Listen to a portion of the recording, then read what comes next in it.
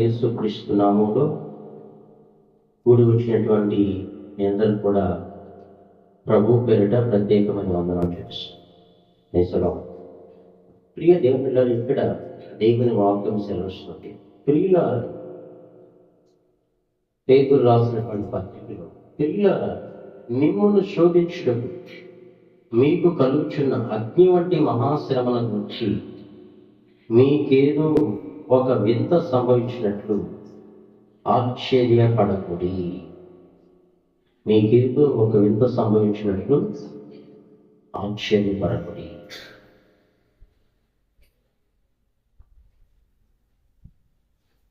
యేసు ప్రభు ప్రియమిత్రులారా ఒక ఉపమానం చెప్పాడు. ఏంటి ఆ ఉపమానం అంటే, ఒక వ్యక్తి మరి ఒక ఇల్లు కట్టాడు, మరొక వ్యక్తి మరొక ఇల్లు కట్టాడు. పక్క పక్కనే కట్టుకున్నారు. ఒక వ్యక్తి ఏమో ఇసుక మీద కట్టాడు, మరొక వ్యక్తి ఏమో రాతి మీద కట్టాడు. ఆ రాతి మీద కట్టేటటువంటి ఇల్లు ప్రియమిత్రులారా, వరదలు వచ్చినప్పుడు, తుఫాన్లు వచ్చినప్పుడు, మరి అదేవిధంగా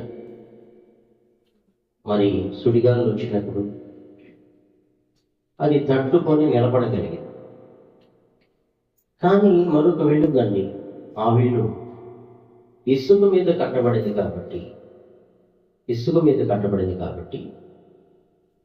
ఆ ఇల్లు వరదలు వచ్చినప్పుడు, తుఫాన్లు వచ్చినప్పుడు, వెనుగాలు లేచినప్పుడు, సుడిగాలు లేచినప్పుడు అది ఉన్న పట్ట కుప్పకొలిపోయింది. ఎందుకని అది కుప్పకొలిపోయింది అన్నట్టు దేవుళ్ళరా, ఆ ఇల్లు ఇసుక మీద కట్టబడింది. మరి ఈ ఇల్లు ఎందుకు నిలబడింది అంటే, దేవుళ్ళరా ఈ ఇంటికి పునాది ఉంది, రాతి పునాది ఉంది కాబట్టి ఈ ఇల్లు నిలబడగలిగింది, ఆ ఇల్లు నిలబడలేదు. అదేవిధంగా మన వ్యక్తిగత జీవితంలో దేవుళ్ళరా, మన వ్యక్తిగత జీవితంలో దేవుళ్ళరా, మరి మనము ఆత్మీయంగా నిలబడాలంటే మన జీవితంలో పలు రకాలైనటువంటి తుఫానులు, శ్రమలు, కష్టాలు, బాధలు, నిందలు, అవమానాలు, ధ్యానాలు, ఇలాంటి మన జీవితంలో కూడా ఒక మహాశ్రమగా మన జీవితంలో అది సంభవించినప్పుడు ఏంటంటే, మనము నిలబడాలంటే వాక్యం అనే పునాది మీద మన జీవితాన్ని కట్టుకోవాలి. ఎక్కడ కట్టుకోవాలండి? వాక్యం అనే పునాది మీద మన జీవితాన్ని కట్టుకున్నప్పుడు నిందలు వచ్చినా కానీ, అవమానాలు వచ్చినా కానీ, హేళనలు వచ్చినా కానీ, అపనిందలు వచ్చినా కానీ, శత్రు ప్రమాదాలు లేచినా కానీ, ప్రియదేం పెట్టారా ఎన్ని పెను తుఫాన్లు లేచినా కానీ, మనము వాక్యం అనే పునాది మీద మన జీవితాల్లో కట్టుకున్నట్లయితే మనం ఎన్నటి కూడా కదలకుండా గట్టిగా నిలబడగలుగుతాము. మీకు నేను అప్పుడప్పుడు ఏదో ఒక సమయం చెప్తూ ఉంటాను, మీకు అర్థమైందని చెప్తుంటాను. ఎంత చెట్టుకు అంతే కాదు, ఎంత చెట్టుకు అంతే కాదు. దేవుడు కూడా దేవుడిలారా నీకు ఎంత శోధన అనుమతిస్తాడో అంతే శోధన నీకు అనుమతిస్తాడు. సేవకులకు ఉండే శోధనలు వేరుగా ఉంటుంది, విశ్వాసులకు ఉండే శోధనలు విశ్వాసులకు ఉంటాయి. ప్రతి ఒక్కరికి శోధన. అయితే ఈ శోధనలో మనం అధిగమించాలంటే, మనం ఓవర్కమ్ చేయాలంటే దేవుళ్ళగా ఇక్కడ దేవుని వాక్యం సెలవుస్తుంది. ప్రియులారా, మిమ్మల్ని శోధించుటకు మీకు కలుగుచున్న అగ్ని వంటి మహాశ్రమను గూర్చి మీకేదో ఒక వింత సంభవించినట్లు ఆశ్చర్యపడకుడి. మీకేదో ఒక వింత సంభవించినట్లు, మహాశ్రమను గూర్చి మీకేదో ఒక వింత సంభవించినట్లు ఆశ్చర్యపడకుడి. ఎలాంటి శ్రమలంట? అగ్ని వంటి అగ్ని వంటి మహాశ్రమ అంట. అగ్ని వంటి మహాశ్రమ. ఎందుకు ఈ శోధన మనకి నడిపి దేవుడు? ఈ శోధన ఎందుకంటే నీవు రూపాంతరపరచబడాలంటే, నేను రూపాంతరపరచబడాలంటే, మనం వెనుకున్న వాటిని మరిచి ముందున్న వాటి కొరకు వేగిరపడాలంటే ఈ అగ్ని వంటి శ్రమ మనకు అవసరమైనది. ప్రైజ్ లార్డ్, హల్లెలూయా. దేవుడు అనుమతిస్తాడు. అనుమతించినప్పుడు దేవుడారా ఆ శోధన మన జీవితంలో ఎంటర్ అయినప్పుడు, అనుమతించినప్పుడు దేవుడు మనల్ని పరీక్షిస్తాడు. పరీక్షించినప్పుడు ఈ పునాది, ఈ అగ్ని వంటి మహాశ్రమను నీ జీవితంలోకి వచ్చిన తర్వాత నువ్వు ఇప్పుడు ఏమవుతావంటే, వాక్యం అనేది పునాది ఎంత మాత్రం ఉందని తెలుసుకో. వాక్యం అనే పునాది మీద నువ్వు ఎంత మాత్రం నీ జీవితాన్ని పట్టుకున్నావో తెలిసిపోతాను. ప్రైజ్ లార్డ్, హల్లెలూయా. అంటే నీకుండేటువంటి శ్రమ నీకుంటుంది, నాకుండే శ్రమ నాకుంటుంది, మీకుండే శోధనలు నీకుంటాయి, నాకుండే శోధనలు నాకుంటాయి. కానీ ఇదేంటారా, ఎందుకని శోధన అనుమతిస్తాడు అని అంటే, ఇదేంట నీకు డబ్బు ఉన్నా కానీ, డబ్బు లేకపోయినా కానీ, ఉద్యోగం ఉన్నా కానీ, ఉద్యోగం లేకపోయినా కానీ, లేక రంగు ఉన్నా కానీ, రంగు లేకపోయినా కానీ, నువ్వు ఎలాంటి వ్యక్తిమైనా కానీ ప్రతి ఒక్కరికి శోధన తప్పకుండా ఉంటుంది. Praise lord, hallelujah. ఆ అగ్ని వంటి మహాశ్రమను దేవుడు సంభవించినప్పుడు మీకు ఏదో ఒక వింత సంభవించబోతుందని ఆశ్చర్యపడబాకండి అని ఆయన వాక్యం సెలవు. ఎందుకంటే అది నీ మేలు కొరకే. ఎందుకంటే ఇది నీ మేలు కొరకే దేవుడు అనుమతించాడని కూడా తిరగాలి. ప్రైజ్ లార్డ్, హల్లెలూయా. కొంతమంది చూడండి, ఇదేంటారు వాక్యం అనే పునాది అంటే, కొంతమంది పాలు వాక్యం అని పాలు తాగి ఉంటారు. ఏ పాలు అండి? వాక్యం అని పాలు తాగి ఉంటారు. మరి కొంతమంది బలమైన ఆహారం తినబడి ఉంటారు. కొంతమంది బలమైన ఆహారం తినబడి. అంటే వాక్యం అనే పాలు తాగేవాళ్ళు ఎవరంటే ఇదేమిటా, నువ్వు వయసులో ఒకవేళ నీకు 30 సంవత్సరాలు ఉండొచ్చు, 50 సంవత్సరాలు ఉండొచ్చు, లేకపోతే 20 సంవత్సరాలు ఉండొచ్చు, 70 సంవత్సరాలు ఉండొచ్చు. వయసును బట్టి కాదు అక్కడ. బాగా అర్థం చేస్తాం. ఇప్పుడు చిన్నపిల్లలు ఉన్నారండి, చిన్నపిల్లలు ఉంటే వాళ్ళు పాలు తాగుతున్నారు, పాలు తాగే స్థితిలో ఉన్నారు. ఒక 1 year 2 years ఉన్నారు, ఆ ఏజ్లో ఉన్నారు. అయితే వాళ్ళకి ఎలాంటి ఆహారం పెట్టాలి?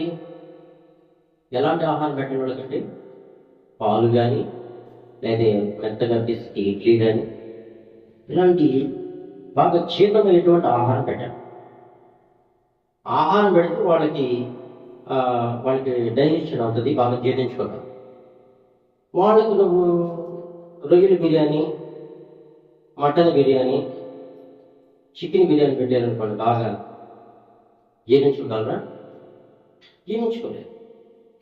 అదేవిధంగా ఆత్మీయతలో ఏంటంటారా, పాలు తాగే స్థితిలో నువ్వు ఉంటే, బలమైనటువంటి ఆహారం తింటే అది నీకు జీర్ణం కాదు.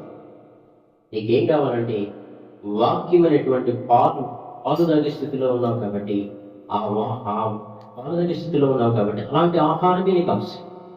అలాంటి ఆహారం తిని నువ్వు ఆత్మీయ స్థితిలో మేలు పొందు. కాబట్టి ఇప్పుడు ఇదేంటంటే, అట్లాగే ఇప్పుడు చిన్నపిల్లడు తిన్నాడు అనుకోండి ఆహారం, పాలు తాగే స్థితిలో ఉన్నటువంటి వాళ్ళు. అంటే ఇక్కడ కొంతమంది పాలు తాగే స్థితిలో ఉండేవాళ్ళు ఉంటారు. ఈ వయసు ఒకవేళ 50 సంవత్సరాలు ఉండొచ్చు, 70 సంవత్సరాలు ఉండొచ్చు, 30 సంవత్సరాలు ఉండొచ్చు. వాళ్ళు ఎంత తింటారు? తింటే మనం తింటే ఆహారం తింటాం 10 నిమిషాలు 5 నిమిషాలు తింటాం. అవునా కదా? చిన్నపిల్లలే అంతే కదా టైం. ఇది చాలా మన పెట్టండి అంటారు. నేను తినను అంటారు. కొంచెం నీళ్ళు గ్లాసులు తాగిచ్చేసి. అది పెద్దవాళ్ళకి అయితే తినకుండా ఎంతసేపు తింటారు? ఒక 10-20 నిమిషాలు తింటారు. అరగంట తినేవాళ్ళు నిదానంగా జీర్ణించుకుని తీసుకురా ఇంకో ప్లేట్ తీసుకురా అంటారు లేదా? తింటారు.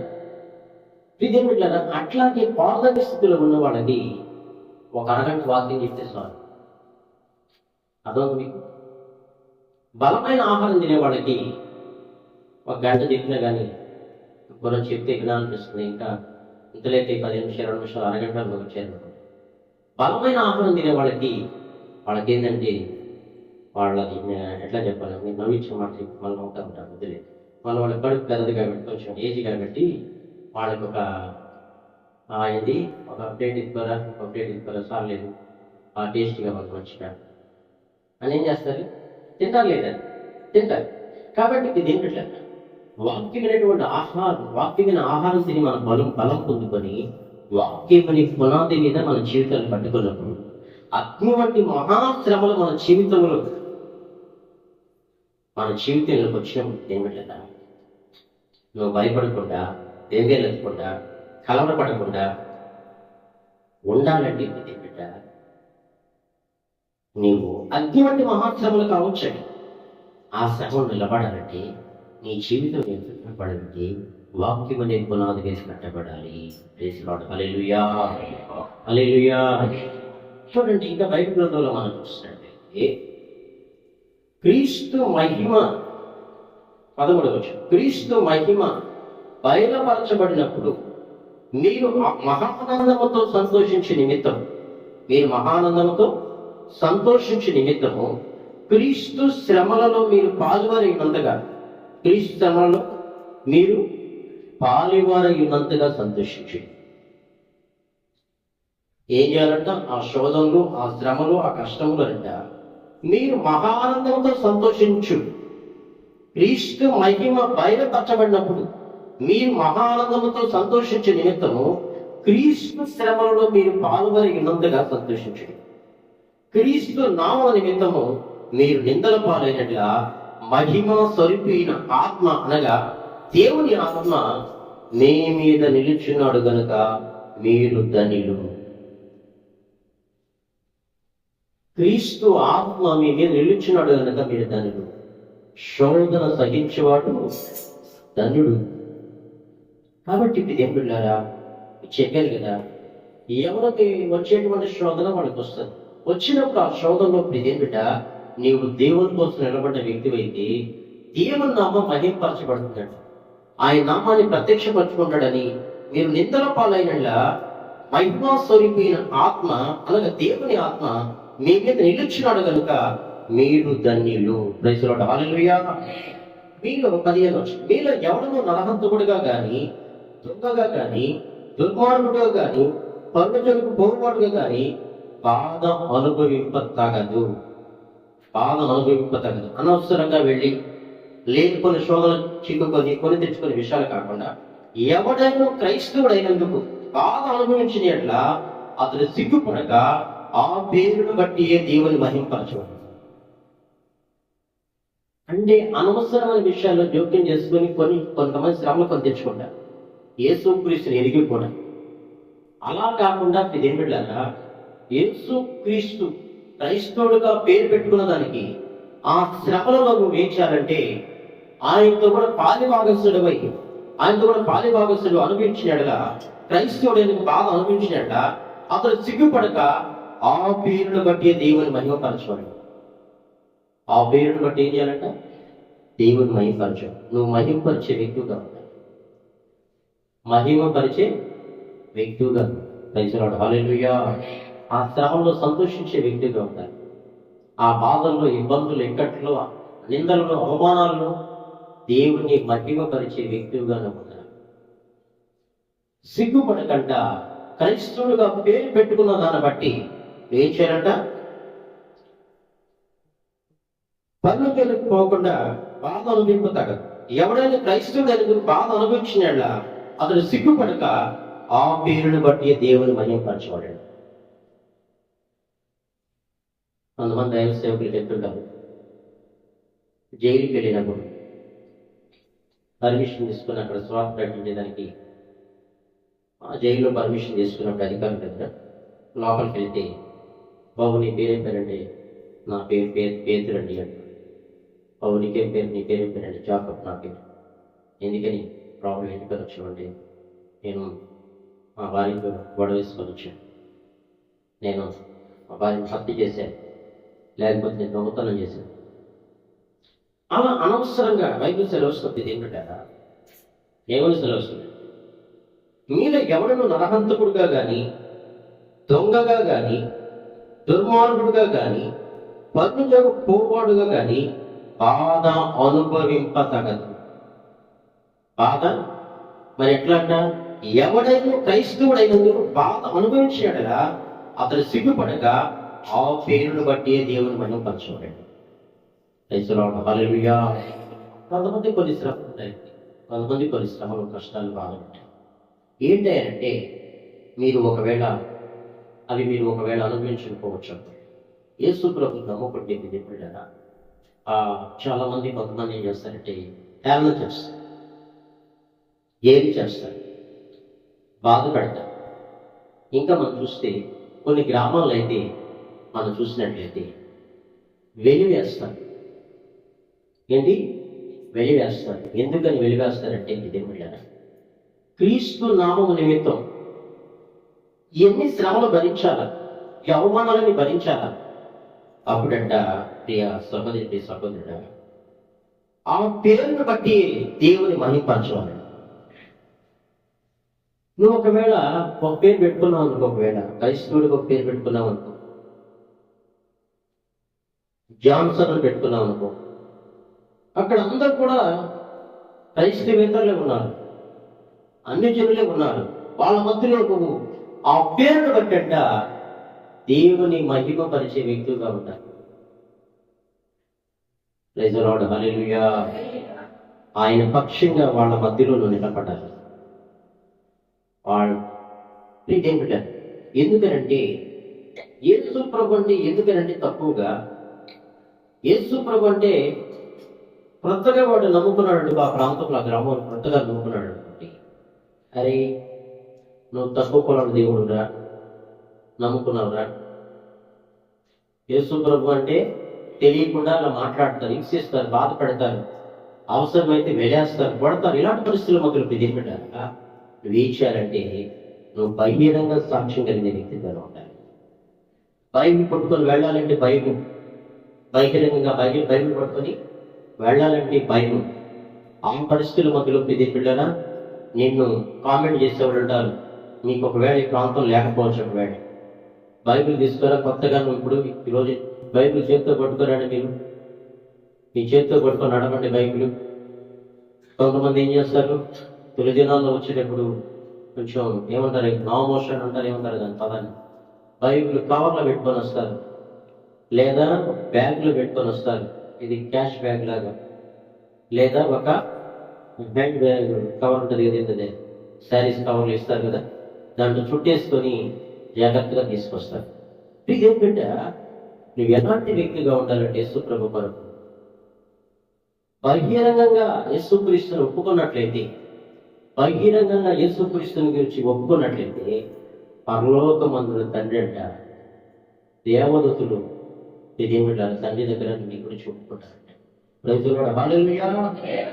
నువ్వు ఇక్కడ సిగ్గుపడినట్లయితే, ఆయన నిమిత్తం నిందల పాలయ్యేదానికి సిగ్గుపడినట్లయితే, ఆయన నిమిత్తం అవమానపరచబడడానికి సిగ్గుపడినట్లయితే దేవుళ్ళగా నీవు ఒక దినాన సిగ్గుపడాల్సి వస్తుంది. ఆమేన్ చెప్పండి ఒకసారి. హల్లెలూయా. కాబట్టి నువ్వు నిలబడాలంటే అన్నిటికీ భయపడకుండా, జడేయకుండా, ఏ దానికి భయపడకుండా, కలవరపడకుండా, శోధనలు అధిగమించాలంటే నువ్వేం కావాలంటే వాక్యం అనే పునాది మీద నీ జీవితాన్ని పట్టుకోవాలి. వాక్యం అనే పునాది నీ జీవితాన్ని పట్టుకోవాలి. ప్రభువుకు నువ్వు సమర్పించుకోవాలి. ప్రభువుకి నీ కుడి చేతిని ఆయన పట్టించాలి. ప్రభువుకి నీ కుడి చేతిని ఆయనకు నువ్వు పట్టించాలి. ఆయనకు నువ్వు సమర్పించుకోవాలి. నీకు అర్థమైందని చెప్పాలంటే, కొత్తగా ఒక ఇద్దరికి మ్యారేజ్ చేసేవాళ్ళండి, ఇద్దరికి అమ్మాయికి అబ్బాయికి మ్యారేజ్ చేస్తే వాళ్ళు ఒకరికొకరు సమర్పించుకోవటం లేదా? అబ్బాయి చేతులు అమ్మాయికి పట్టిస్తారా? పట్టిస్తారు లేదా? పట్టిస్తారు లేదా? అమ్మాయి చేతిని అబ్బాయికి పట్టిస్తారు లేదా? అదే విధంగా మీరు ఏం పెట్టారా అంటే అది ఏంటంటే ఒక ప్రామాణికం, ఒక ఒప్పందం కుదురుస్తున్నారు. అట్లాగే యేసుక్రీస్తు నమ్ముకోవటం అంటే నీ హృదయాన్ని దేవునికి సమర్పించి నీ కుడి చేతిని ఆయనకి పట్టించాలి. నిజరాడు హల్లెలూయా. నీకు నడవటం కాకపోతే ఈ శోధలు నేను తట్టుకోలేదయ్యా, ఈ బాధలు నేను తట్టుకోలేదు ప్రభా, యేసయ్యా ఈ కష్టాలు నేను తట్టుకోలేదు ప్రభు, ఈ నిందలు అవమానాలు నేను తట్టుకోలేదు, నాకు ఎవరనంటే భలే ఫీల్ అయిపోతాను నేను, నాకు భలే రోషం ప్రభా, ఎవరనంటే ప్రభా నేను తట్టుకోలేదు ప్రభా, ఊరని అలగతాను ప్రభా. ఆ శ్రమని ఏం చేస్తానంటే ఆయన నీ కుడి చేతిని ఆయన పట్టిస్తే ఆయన ఏం చేస్తాడంటే దేవుడిలాగా నీ కుడి చేతిని గట్టిగా పట్టుకొని నీ వెన్ను తట్టి ధైర్యపరిచి నీకు ఆలోచన చెప్పి ఆయన ఓదార్స్తాడు. హల్లెలూయా హల్లెలూయా. కాబట్టి దేవుడిలాగా ఇంకా మీరు ఎవరైనా కదా ఇంకా మీ హృదయాన్ని దేవునికి సమర్పించుకోండి, ఇంకా దేవునికి సమర్పించుకోండి. ఇంకా షికారులు, సినిమాలు, నాటకాలు, పిచ్చి పిచ్చి మాటలు, బూతు మాటలు ఇలాంటి ఇంకా మాట్లాడుతున్నట్లయితే ఈ రోజు దేవుడికి మాట్లాడుతూ నువ్వేం చేయాలంటే దేవుట దేవునికి హృదయపూర్వకంగా ఆయనకు అప్పగించుకున్నట్లయితే ఆయన నీ కుడి చేతిని ఆయన పట్టిస్తే ఆయన నిన్ను ఆయన తిననైనటువంటి మార్పులను చక్కగా పట్టిస్తాడు. హల్లెలూయా హల్లెలూయా. కాబట్టి బైబిల్ గ్రంథం నుంచి మరొక లేఖనాలు చూడండి. యెషయా గ్రంథము 35వ అధ్యాయం 10వ వచనం.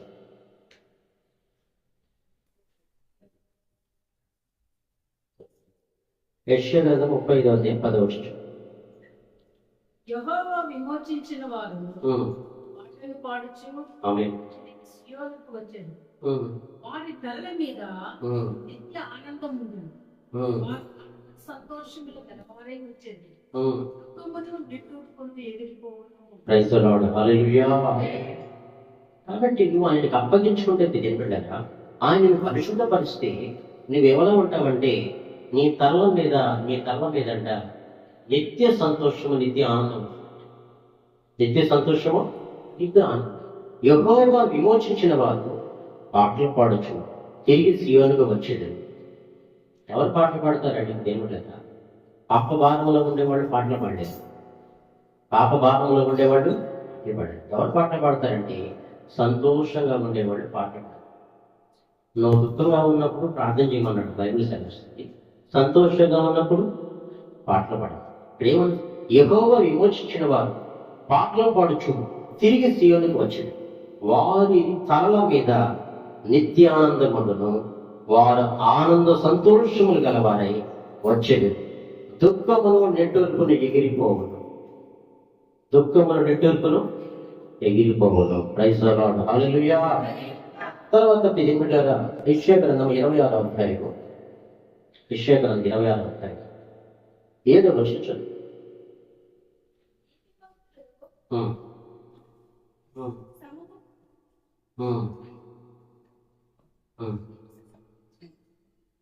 ప్రైజ్ ది లార్డ్ హల్లెలూయా. చూడండి ఇక్కడ ప్రియ దేవుని బిడ్డలారా 26 యెషయా 26 7వ వచనం మనం చూస్తే నీతిమంతులు పోవు మార్గము సమముగా ఉండదు. నువ్వు కలవరపడాల్సిన పని లేదు. అంటే నీ మార్గము సరైనగా ఉంటే, సమముగా ఉంటే నిలబెట్టాక దేవుడు ఏం చేస్తాడంట, నీవు నీతిమంతుల త్రోవను సరళం చేయించున్నావు. అంటే నీతిమంతులు వెళ్ళే మార్గం సమముగా ఉంటుంది కాబట్టి నీతిమంతుల త్రోవను సరళము చేయించున్నావు. బైబిల్ గ్రంథంలో ఒక మాట ఉంది, నీతిమంతుడంట నీతిమంతుని వేరు కదల్చబడ. నీతిమంతుని వేరు, నీతిమంతుని కంట ఏమొస్తాయంట, అనేక ఆపదలు వస్తాయంట. నీతిమంతునికి ఎన్నైనా కొన్ని వస్తాయంట, అనేక ఆపదలు వస్తాయంట. ఆపదలు వచ్చినప్పుడు ఏంటంటారా ఆ చెట్టు చర్చి మీద పడిపోతే ఆ చెట్టు అన్నట్టుగా మనం చూస్తే తింటాడు పడుతుంది మళ్ళా పడిపోతుంది పడిపోయి చర్చి మీద పడిపోతే అని భయం వేస్తాం. అలాగే మా ఇంటి మనం అలాగే ఉండాలి కదా. అయితే ఆ వేర్లంట దానికి ఎంత శోధన ఇస్తే, ఎంత గాలి ఇస్తే, ఎంతగా ఆ చెట్టులు ఊపిస్తే దాని వేర్లంట అంత లోతుకి తనుకో, అంత లోతుకి ఏముందంట లోపలికి ఇంకా తనుకుపోతాయి. ప్రజలు హల్లెలూయా హల్లెలూయా. ఎక్కడైనా ఎదురు చెట్లు ఎదురు పడిపోయినట్టు చూపించేస్తే సరే ఎక్కడైనా కదా ఎదురు చెట్లు ఉంటాయి కదా, ఎదురు ఏమంటారు ఇంగ్లీష్లో ఏమంటారు, వాకే ట్రీయా వేప ట్రీ కదా. ఓకే, ఎదురు చెట్టు. సో కాబట్టి ఇదేంటి కదా ఆ చెట్టు అది ఎంత గాలి చూపించింది ఏంటి కదా అంత లోతులకు వెళ్ళిపోతుంది. మరి దగ్గర కూడా అంటే అది ఆ ముళ్ళు వచ్చేస్తాయి, దూరం చేస్తారు ఎదురు. కాబట్టి ఇది ఏంటి కదా ఎంత గాలి దొరికితే, ఎంత ఆ చెట్టుకి ఎంత శోధన వస్తే, ఎన్ని శ్రమలు వస్తే ఇది ఏంటి కదా అంత లోతులకి ఆ చెట్టు వెళ్ళిపోతుంది. కాబట్టి మన వ్యక్తిగత జీవితంలో కూడా ఇది ఏంటి కదా మన వ్యక్తిగత జీవితంలో శోధన ఎక్కువైపోయిన తర్వాత, కష్టాలు బాధలు ఎక్కువైపోయిన తర్వాత మనం ఏం చేస్తామంటే ఇది ఏమిటంటే ఇవి ఒక దినాలు ఇవన్నీ చూశారు కదా, ఈ నిందలు చూశారు కదా, ఈ అవమానాలు చూశారు కదా, ఈ కష్టాలని చూశారు కదా, ఇది ఎంత చెప్పి ఇదేమిటంట ఇంకా అంతకంటే ఎక్కువగా వచ్చినప్పుడు ఇదేమిటగా వేరు లోపలికి తదుకోపోయింది కాబట్టి, వేరు లోపలికి తదుకోపోయింది కాబట్టి ఇప్పుడు కదిలేదానికి స్ట్రాంగ్ గా తయారవుతాం. స్ట్రాంగ్ గా ఏం చేస్తామంటే నిన్ను కుదిపి వస్తున్నా కానీ, గాలి తుఫాన్లు వచ్చి, సుడిగాలు వచ్చి, పెనుగాలు వచ్చి నేను కుదిపి వస్తున్నా కానీ ఇదేమిటా ఏమవుతామంటే స్ట్రాంగ్ గా నిలబడతావు. కాబట్టి ఇప్పుడు స్ట్రాంగ్ గా నిలబడతావు కాబట్టి ఇక ఆ చెట్టు పడిపోయేదానికి ఏమాత్రం కూడా అవకాశం లేదు. ప్రైజ్ లార్డ్ హల్లెలూయా. చూడండి, ఇక్కడ బైబిల్ ఉందో మనం చూస్తే నీతిమంతులకు మార్గం సమముగా ఉండను, నీతిమంతుల త్రోవను నువ్వు సరళం చేయించున్నావు. నీతిమంతుల త్రోవను నువ్వు సరళం చేయించు. కాబట్టి నీతిమంతులకు ఇదేమిటగా అనేకమైనటువంటి ఆపదలు వస్తాయి, కష్టాలు వస్తాయి, బాధలు వస్తాయి. ఎందుకంటే ఇదేమిటగా నీకు శోధన, ఈ శ్రమ, కష్టము, ఈ పరీక్ష అనేది రాకపోతే ఇదేమిటా నీవు పైకి ఎదగటం అనేది కష్టము. పైకి ఎదగటం అనేది హల్లెలూయా. చూడండి, అంటే ఎంత చెట్టుకి ఏం చెప్తారు మన సామెత, మీరు చెప్పండి లేదు ఏనా అదే రెండోసారి నేను చెప్పండి కానీ అర్థం. ఇప్పుడు చూడండి, 10వ తరగతి ఒక వ్యక్తి పాస్ అవ్వాలంటే వాడుకుంటే శ్రమ వాడుకుంటుంది. ఇంటర్మీడియట్ పాస్ అవ్వాలంటే వాడుకుంటే శ్రమ వాడుకుంటుంది. డిగ్రీ పాస్ అవ్వాలంటే వాడుకునేటువంటి శ్రమ వాడుకుంటుంది. అవునా కదా? అంటే నీ యొక్క కష్టాన్ని బట్టి, నువ్వు శ్రమపడే విధానాన్ని బట్టి నువ్వు ఉన్నతమైనటువంటి స్థితికి ఎదుగుతావు. నువ్వు కష్టపడే విధానాన్ని బట్టి, నువ్వు శ్రమపడే విధానాన్ని బట్టి ఉన్నతమైనటువంటి స్థితికి ఎదుగుతావు. ప్రైజ్ లార్డ్ హల్లెలూయా హల్లెలూయా.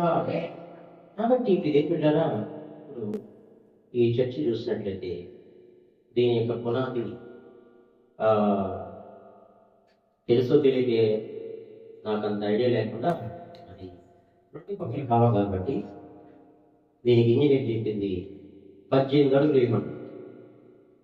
18 అడుగులు వేసి, అంటే 18 అడుగులు వేసాం కాబట్టి పైన ఇది నిలబడుతుంది. అవునా కదా? నేను మళ్ళీ ఇంకోటి పైన వేయాలను అన్నాను అనుకోండి, అప్పుడు నిలబడాలంటే నిలబడతా. అంటే పునాది ఎక్కువగా వేసాం కాబట్టి ఎంత భారాన్ని మోస్తుంది అనమాట. అర్థం మీకు? ఇప్పుడు ఇదేంటంటే నువ్వు సరైన పునాది మీద ఉంటే నువ్వు వచ్చేటువంటి శ్రమను తట్టుకొని నిలబడగలుగుతావు. నీకు వచ్చే రోగాలకి తట్టుకొని నిలబడగలుగుతావు. నీకు వచ్చేటువంటి ఫైనాన్షియల్ ప్రాబ్లంకి తట్టుకొని నిలబడగలుగుతావు. పునాది సరిగా లేకపోతే ఇదే బిడ్డ, మనం ఏం చేస్తామంటే, ఏం చెప్పాలి మీకు, ఒక్కోసారి సరైన మార్మల్స్ లేకపోతే, వాక్య పునాది లేకపోతే సడన్గా ఏం చేస్తామంటే, ఇక ఏమని చెప్పాలన్నమాట, డొంక తిరుగుడు అంటారు కదా, డొంక తిరుగుడు వ్యవహారం చేస్తారు. షార్ట్ కట్లు తొందరగా ఆశీర్వదించబడాలని కొంచెం ఇలాంటి పనులు చేస్తుంటారు పాపం. ఇది ఏమిటంటే, నీతిమంతులు బైబిల్ గ్రంథంలో మనం చూస్తే నీతిమంతులకు మార్గం సమముగా ఉంటుంది. నీతిమంతుల త్రోవను నీవు సరళము చేయించున్నావు. అంటే సరళం అంటే ఏదైనా అడ్డంకులు ఉన్నా కానీ, ఆటంకాలు ఉన్నా కానీ ఆయన ఏం చేస్తాడు? దేవుడు సరళం చేస్తాడు. హల్లెలూయా, హల్లెలూయా. ఒక పాట పాడిందని చెప్పిందిగా పిల్లవారం అనుకుంది అని చెప్పి, ఏం పాట పాడద్దని?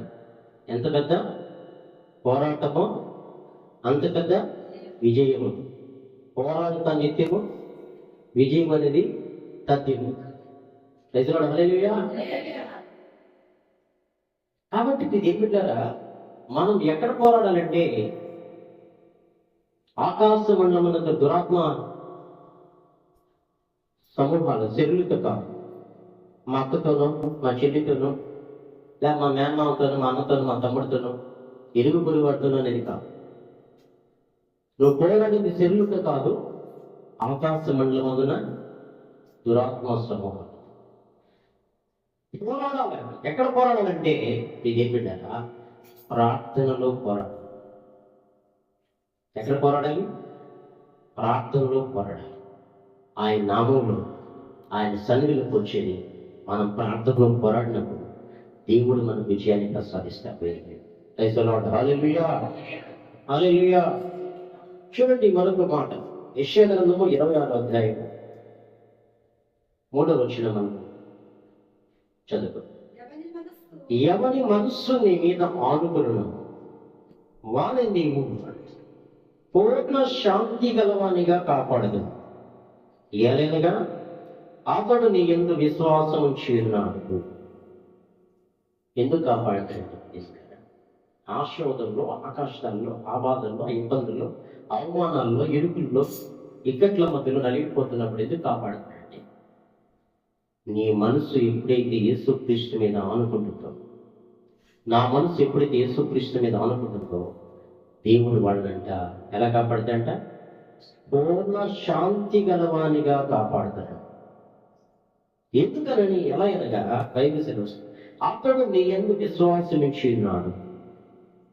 అతడు నీ యందు విశ్వాసం ఇచ్చి, నీ విశ్వాసం నా విశ్వాసం ఏమిటా? గాలి దిగిరిపోయి పొట్టిలాగా ఉండదు. ఒక గాలి కనుక సుడిగాలి పొట్టేమైపోద్ది? ఎగిరిపోతుంది. పొట్టిలాగా ఎగిరిపోయి విశ్వాసంగా ఉండకూడదు. మన విశ్వాసం, మన విశ్వాసం ఎలా ఉండాలంటే, పర్వతాలు సైతం ఆయన సన్నిధిలో మైని వలె కరిగిపోయే విశ్వాసం అని కాదు.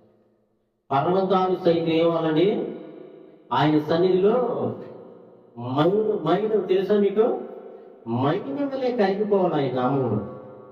మనం పోరాటం అలా మాటలు చెప్పుకోవటం బాగానే ఉంటుంది. అదొక మీకు మాటలు చెప్పుకోవటం బాగానే ఉంటుంది, కానీ అది మనము ప్రార్థనలో పోరాడాలి, గెలవాలి.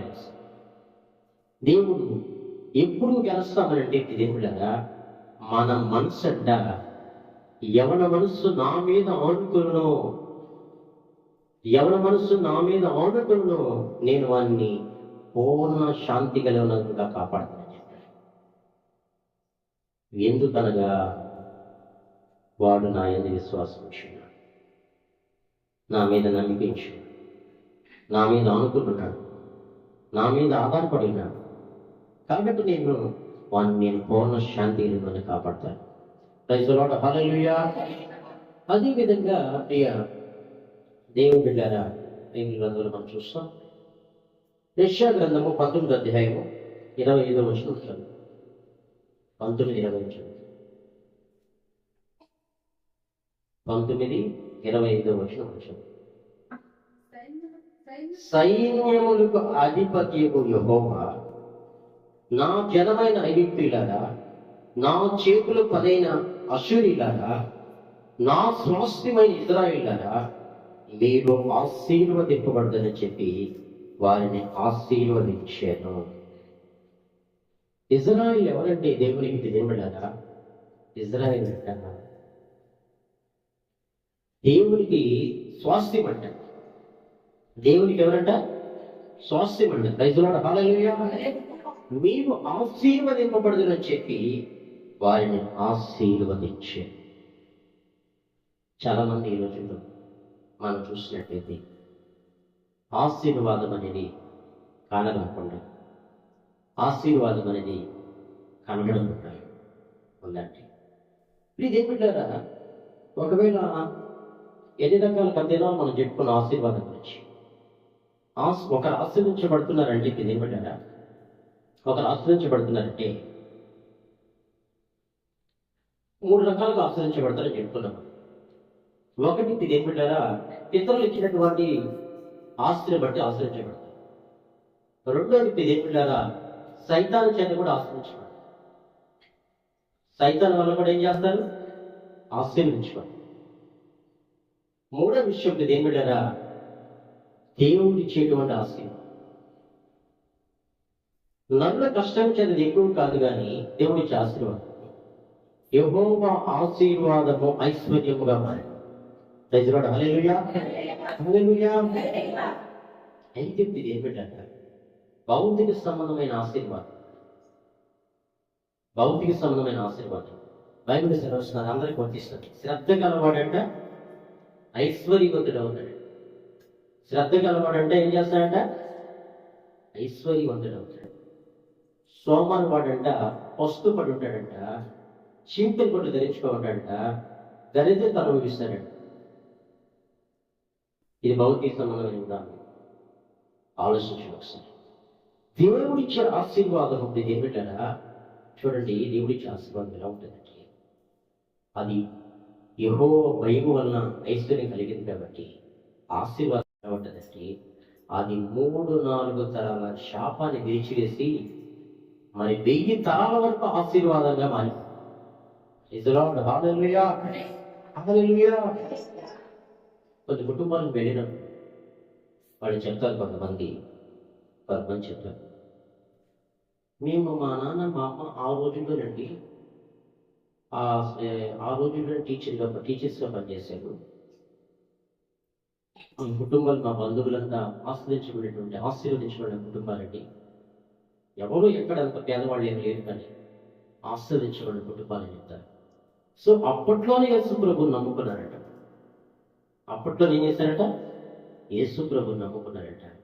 వాళ్ళ బంధువులు కానీ రక్త సంబంధికులు కానీ చూస్తే ప్రతి ఒక్కరు కూడా పెద్ద పెద్ద ఆఫీసర్స్ దేవుళ్ళు పెంచబడ్డారట.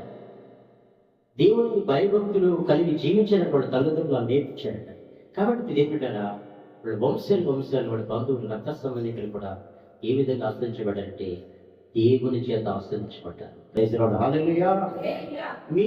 నా స్వాస్థ్యమైన ఇశ్రాయేలులారా, మీరు ఆశీర్వదింపబడదని చెప్పి వారిని ఆశీర్వదించండి.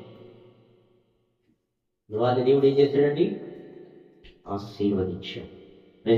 హల్లెలూయా. బైబిల్ లేఖనాల్లో మనము చూస్తున్నట్లయితే ఏమిటారా? సామెతల గ్రంథము 24:10. సామెతల గ్రంథము 24:10.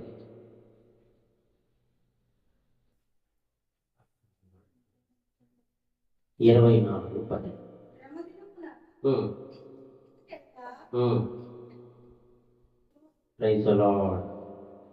చూడండి, ఇక్కడ ఇదేమిటా? బైబిల్ సెలవు, శ్రమ దినమును నువ్వు కృంగియడలా నీవు చేతగాని వాడవు. బైబిల్ గ్రంథంలో ఏలియా ఉన్నాడండి. ఆయన మంచి ప్రార్థన. ఏలియా ఎవరు? ఒక ప్రవక్త.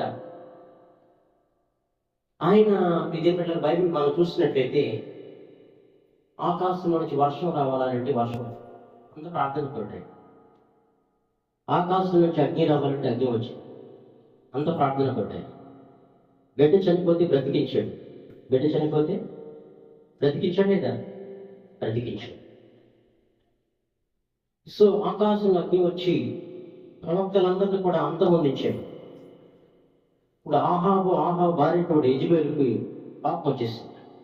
యెజెబెలు పాపం వచ్చేసి నేను చంపేస్తానని లేక భయపడిపోయి ఇప్పుడు ప్రయాణం అయిపోయి ఒక 10 వృక్షం కింద దిగులు పడిపోయి నిద్రపోతున్నాడు.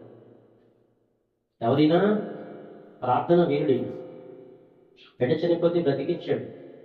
అగ్ని దిగి వచ్చిన ప్రార్థన చేస్తే వర్షం రమ్మంటే వచ్చింది, ఆగిపోమంటే ఆగిపోయింది. ఇలాంటి యోధులు ప్రార్థన లేదు. అయితే దిగుబడిలాగా ఇప్పుడు యెజెబెలు అంటే రోషం కలిగి దేవుని పక్షంగా నిలబడ్డాడు. రోషం కలిగి దేవుని పక్షంగా నిలబడ్డాడు.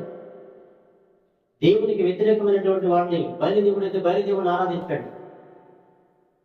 యెహోవా దేవుడైతే యెహోవా దేవుని ఆరాధించాడని చెప్పి సవాల్ చేసి నిలబడ్డాడు. అప్పుడు అగ్ని దిగి రావాలన్నాడు.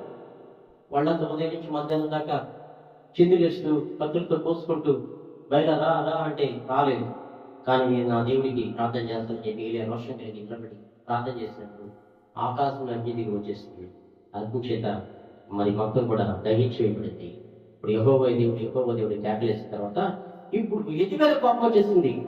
నా ప్రవక్తల్ని నేనేం మాట చెప్తే మాట వినేటువంటి నా ప్రవక్తలు చంపేస్తావు అని చెప్పి యెజెబెలు కోపం వచ్చిన తర్వాత నేను చంపేస్తాను ఏలియా అని చెప్పిన తర్వాత ఏలియా ఒక 10 వృక్షం మీద పడుకొని నిద్రపోతున్నాడు. దేవుడు ఏం చేస్తాడు? దేవుడు తన దూతను పంపించి ఏలియా భోజనం చేయలేసి నీకు శక్తి మించిన ప్రయాణం ఉందని చెప్పిన తర్వాత ఇదేమిటగా తినేసి మళ్ళా పడుకొని నిద్రపోతున్నాడు. ఎందుకని? మనకి ఏదైనా ఇబ్బందులు ఉన్నప్పుడు, కష్టాలు ఉన్నప్పుడు, బాధ ఉన్నప్పుడు ఏం చేస్తాం? ఎవరైనా శత్రువులు ఉన్నప్పుడు ఏం చేస్తాం? అన్నం తిన్నా తెలియకపోయినా పడుకుంటా అనిపిస్తుంది.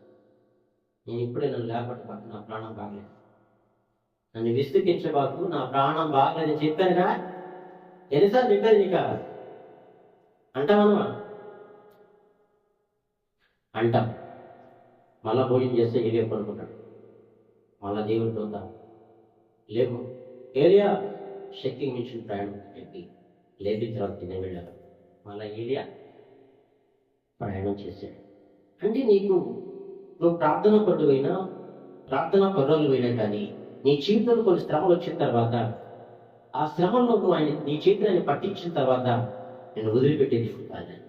ఏలియా భయపడి పారిపోయిన పడుకొని నిద్రపోతున్నా కానీ దేవుడు తన దూతను పంపించి మరలా లెమ్మని చెప్పి లేపి భోజనం పెట్టి ధైర్యపరిచిన దేవుడు అంటే ప్రైజ్ లార్డ్. హల్లెలూయా హల్లెలూయా. నీ చేతుల్లో నా చేతుల్లో జయించాడు. అగ్ని వంటి మహాశ్రమలు మనకు సంభవించినప్పుడు ఏదో జరగబోతుందని, మీరు సంభవించబోతుందని ఆశ్చర్యపడకండి. ఏదో ఎంత సంభవించబోతుంది ఆశ్చర్యపడకండి. దేవుడు మాట్లాడుతుంది. బైబిల్ గ్రంథంలో మనం చూస్తే ఏమిటంటే కొంతమంది నిరీక్షణ కలిగి ఉన్నారు. చూస్తే కీర్తన గ్రంథంలో మనం చూస్తే 43 అధ్యాయం 5వ వచనం మనం చూస్తే దావీదు అంటాడు, ఇంకనూ నేను ఆయన స్తుతించెదను అంటాడు. శత్రువులు సభలు తరుగుతున్నా కానీ, చంపేయాలని ప్రయత్నిస్తున్నా కానీ దావీదు ఏం చేస్తాడంటే ఇంకనూ నేను ఆయన స్తుతించాను. కీర్తన 42:1-5 వచనం మనం చూస్తే ఇంకనూ నేను ఆయన స్తుతించెదను అంటాడు. ఇంకనూ ఆయనను, నీకు శ్రమలు వచ్చినా కానీ, కష్టాలు వచ్చినా కానీ, ఇబ్బందులు వచ్చినా, అవమానాలు వచ్చినా కానీ, ఎవరొకరు హేళన చేసినా కానీ, నిందించినా కానీ నువ్వు చేయాల్సిన పని ఏంటంటే నీకు నిజంగా ఆయన విశ్వాసం ఉంటే, వాక్యమైన పునాది మీద నీ జీవితం కట్టబడి ఉంటే నువ్వేం చేస్తావు? నువ్వు చేసే పని ఏంటంటే ప్రభానికి స్తోత్రం వచ్చావు, యేసయ్యా నీకు స్తోత్రం చెప్తావు. నీకు బాగలేకపోయినా, ఆరోగ్యం బాగలేకపోయినా కానీ, ఆర్థిక ఇబ్బందుల్లో ఉన్నా కానీ, లేకపోతే అంత కొలాప్స్ అయినా కానీ నువ్వు చేసే పని ఏంటంటే వాక్యమైన పునాది మీద నిలబడ్డావు కాబట్టి, వాక్యమైన పునాది మీద జీవితాన్ని కట్టుకొని ఉన్నావు కాబట్టి ఇదే బిడ్డ దేవునికి స్తోత్రం చెప్తాను. Praise lord. హల్లెలూయా. దేవుని మహిమపరిచే వ్యక్తిగా ఉంటాం. ఏదైనా కానీ పిలిచిన దేవుడు ఆయన, రక్షించిన దేవుడు ఆయన లోకంలో నుంచి ఏర్పాటు చేసిన దేవుడు ఆయనే. కాబట్టి ఏమైనా కానీ నా దేవుని చేతికి అప్పగించుకుంటాను. ఆయన ఏదైనా జీవితంలో చేస్తాడు. నా జీవితంలో శూన్యమును సృష్టిని కలుగు చేస్తాడు. శూన్యములో ఆయన సృష్టిని ఏ విధంగా క్రియేట్ చేశాడు, ఆయన నా జీవితంలో ఏదైనా చేస్తాడు. ఆమె ప్రతివాడు కాబట్టి కొన్ని విషయాలు తెలియదు కదా, మనం ఆయన ఆధారం చేస్తాం. మనుషులుగా మనం ఆధారం చేసుకోవాలి. ఎవరిని ఆధారం చేసుకోవాలా? ఏ పరిస్థితులు అయినా కానీ, ఎలాంటి భయంకర పరిస్థితులు అయినా కానీ నువ్వు ఆయన ఆధారం చేసుకుంటే నేను నట్టేటి మంచి దేవుడు కాదు, నిన్ను మధ్యంతరంగా విడిచిపెట్టే దేవుడు కాదు, కడ వరకు నేను నడిపిస్తాడు, నీకు విజయాన్ని ప్రసాదిస్తాడు. దేవుడి మాటలు నేను దీవించు. ఇంతవరకు మీరు జాగ్రత్త విన్నందుకు, కుర్చీ లేకుండా విన్నందుకు దేవుని స్తోత్రం. అందరి పదనాలు ప్రార్థన చేసుకుందాం. అందరు లేచిన తండ్రి మీకు స్తుతులు స్తోత్రాలు ఆచరిస్తున్నాను. ఇంతవరకు ప్రభు వాటి ద్వారా మీరు మాటలతో మాట్లాడిన విధానాన్ని బట్టి మీకు స్తుతులు స్తోత్రాలు స్వామి, వందనాలు. ఆ వాక్యంలో హృదయాంతరంలో భద్రపరుచుకుని దైవమా ఇదిగో తండ్రి నాయన నీ మీద ఆనుకుని స్వామి నీవిచ్చేటువంటి పూర్ణ శాంతిని పొందుకుంటూ మీరు నిర్ణయాకాలంలో తగిన సమయమందు ఏ రీతిగా ప్రభు ఆది కూతురులను తండ్రి జ్ఞాపకం చేసుకుని వారి జీవితాలను ఆశీర్వదించి బలపరిచి వారు ఎంతగానో తండ్రిని కృపతో నింపిన దేవానికి స్తోత్రాలు. కనుక మాకు కలుగుతున్నటువంటి మహాశ్రమల బట్టి అగ్ని వంటి మహాశ్రమల్లో స్వామి పరీక్షించబడుతూ ఉన్నప్పుడు నా తండ్రి మా యొక్క ఆత్మీయ జీవితము పంట మీద కట్టబడినటువంటి ఇల్లు వలె స్వామి నా ప్రభా పునాది మీద కట్టబడిన వారుగా ఉండి దేనికి చెడేక భయపడక స్వామి మా దేవుడు నిన్నాడు నిరంతరం ఏకరీతిగా ఉన్నాడని గొప్ప విశ్వాసంతో నీ వైపు చూస్తూ ఏ సురక్షగా ముందుకు సాగిపోవడానికి సహాయం దయచేయమని ప్రతి ఒడిని మీరు జ్ఞాపకం చేసుకుని వారి యొక్క అవసరతలు అక్కర్లు తీర్చి తగినటువంటి ప్రతిఫలం దీని ఆశీర్వాదం అందించండి. కట్టబడిన కానుక నిమిత్తం కూడా మీ సన్నిధిలో ప్రార్థిస్తున్నాను తండ్రి. ఇచ్చిన ప్రతి హస్తాన్ని దీవించండి, ఆశీర్వదించండి. సమృద్ధి నుంచి మీ శ్రేష్టమైన నామానికి మహిమ తెచ్చుకోవాలి. యేసు నామమున అడుగుతున్నాను తండ్రి. ఆమేన్.